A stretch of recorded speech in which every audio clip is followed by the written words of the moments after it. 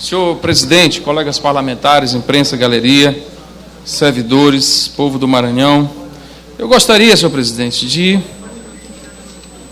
me referir à decisão do desembargador Marcelo Carvalho Silva,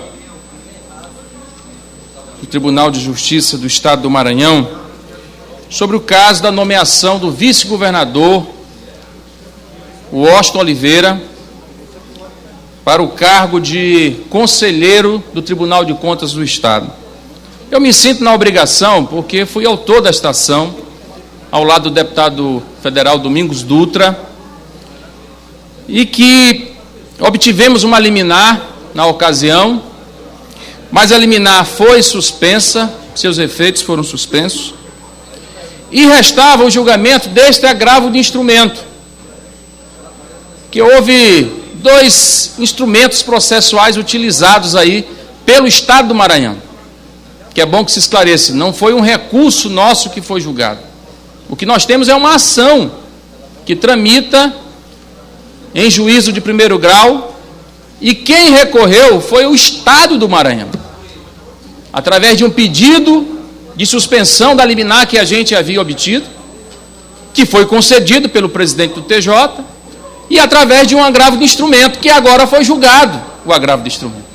E a decisão do desembargador é digno de registro, porque ele utiliza uma argumentação, é quase uma tese de doutoramento. Ele usa uma argumentação que nem nós, na peça inicial, utilizamos. Por isso, vale a pena, a partir desse momento, fazer uma leitura de partes importantes do texto subscrito pelo desembargador Marcelo Carvalho. Ele diz assim: restou devidamente caracterizada a violação ao princípio da publicidade no procedimento de convocação dos interessados a concorrer à vaga de conselheiro do Tribunal de Contas do Estado do Maranhão. A referida vaga foi aberta em razão da aposentadoria do conselheiro Iedo Lobão, em 15 de outubro de 2013, sendo que o presidente do Tribunal de Contas designou o conselheiro Antônio Blackout Costa Barbosa para atuar como seu substituto. O edital para a convocação de interessados a concorrer à vaga de conselheiro do Tribunal de Contas foi publicado no Diário da Assembleia em 14 de novembro de 2013. Sucede que o prazo para inscrição dos interessados foi estipulado no período de 14 de novembro a 19 de novembro. Ou seja, iniciou-se no mesmo dia em que o edital foi publicado no Diário da Assembleia Legislativa. Essa circunstância por si só, diz o desembargador, já denota a dificuldade que os interessados teriam para entregar toda a documentação necessária para o pleito, em prazo tão exíguo, cujo termo inicial coincidiu com a própria publicação do edital no Diário Oficial. A dificuldade se apresenta ainda maior, por se tratar o dia 14 de novembro, véspera do feriado da Proclamação da República, dia 15 de novembro de 2003, uma sexta-feira, seguindo-se de sábado e domingo. Assim, dos 6 dias do prazo, apenas 3 eram dias úteis, o que resulta em manifesto empecilho aos interessados na disputa da vaga de conselheiro do Tribunal de Contas. É evidente que a publicação do edital em 14 de novembro de 2013, determinando o início do prazo de inscrição dos candidatos ao cargo de conselheiro vago, nesse mesmo dia, representou manifesta surpresa aos interessados, os quais tiveram que, às pressas, reunir toda a documentação exigida. O ato administrativo em questão transbordou a razoabilidade, diz o desembargador. Como pode um interessado, ele pergunta, como pode um interessado ser comunicado de um prazo no dia do seu início? E em se tratando de um prazo tão exíguo, 6 dias, apenas 3 dias úteis, diante de tantas providências exigidas pelo edital de convocação dos interessados ao cargo de Tribunal de Contas. Como se vê, as exigências do edital não são simples de serem cumpridas. Aí ele pergunta, será que o escolhido para a vaga já estava definido previamente? O procedimento de escolha do novo conselheiro do Tribunal de Contas foi mera formalidade? E outro fato grave que deve ser salientado, embora não tenha sido objeto da decisão agravada, é a ausência do preenchimento dos requisitos constitucionais por parte do único candidato que pôde obter inscrição, o senhor Joaquim Washington Oliveira, cuja formação superior é a graduação em História, consoante comprova o próprio sítio eletrônico do Tribunal de Contas do Estado do Maranhão. Indago, ele pergunta, e vou terminar aqui, senhor presidente, quais os notórios conhecimentos jurídicos? Olha a pergunta do desembargador.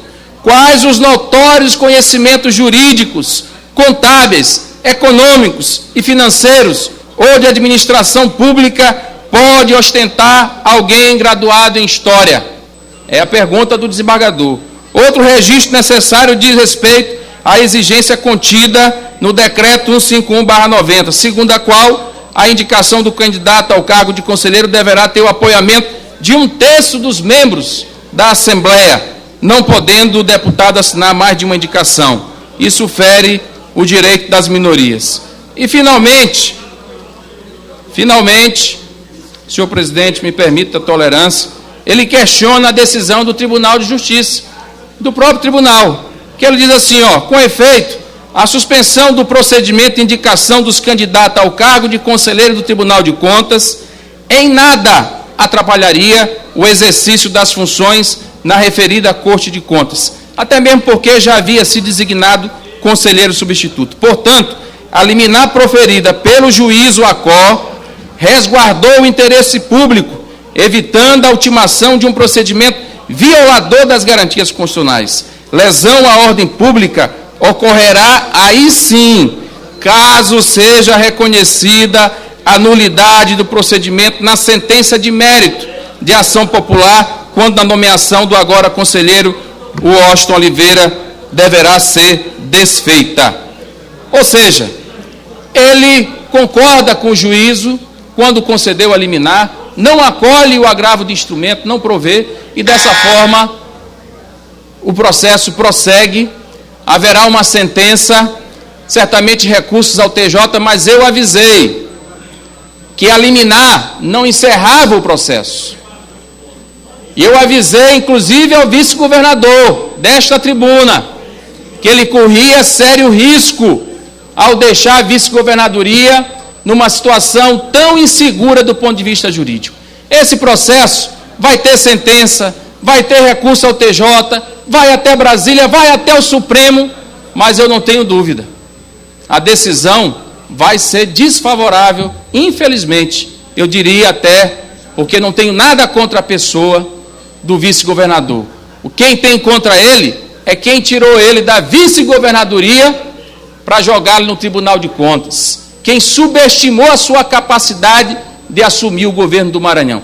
Esse sim, tem muita coisa contra ele, não é à toa que tiraram a pedra do caminho. E a pedra era ele. Agora, vamos ver o que acontece. Senhor presidente, muito obrigado.